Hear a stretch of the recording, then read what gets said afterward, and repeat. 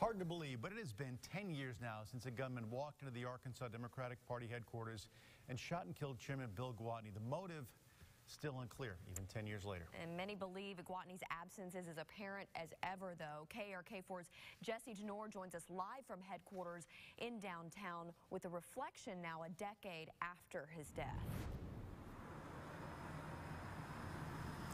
Yeah, Ashley and Bob, Bill Gwatney was killed here at his office just a couple weeks before the 2008 Democratic National Convention. His name wasn't on the building at the time. Now that we're just several months out from the November election, there's a bipartisan message tonight. Look to Gwatney for how to act in politics. But it really wasn't anything out of the ordinary until it was. On August 13th, 2008, the chairman of the Democratic Party of Arkansas came into headquarters to sign some paperwork.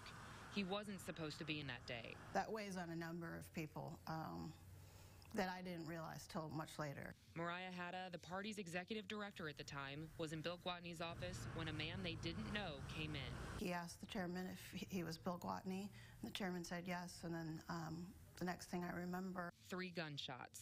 Gwatney and the suspect died later that day. I personally am thankful that we didn't have to go through a trial. Michael John Gray now sits in Gwatney's seat, a position he didn't think about 10 years ago.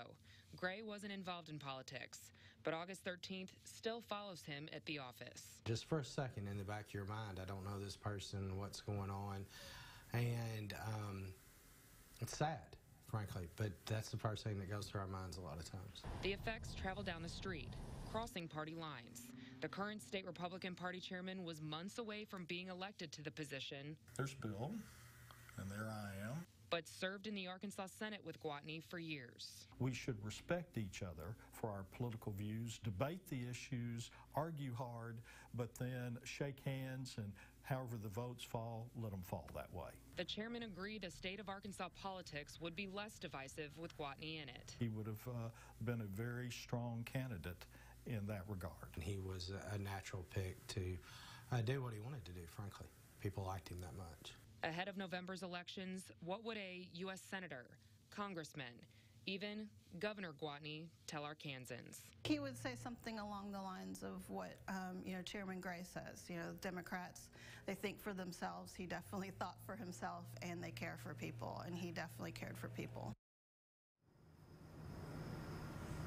And you could tell how much of an effect he had during his funeral back in 2008. Politicians packed the place, and Governor Mike Beebe, even Bill Clinton spoke. We also caught up with Hillary Clinton after the fact. We posted a web exclusive on our website at krk.com where you can check out what they had to say about Mr. Gwatney.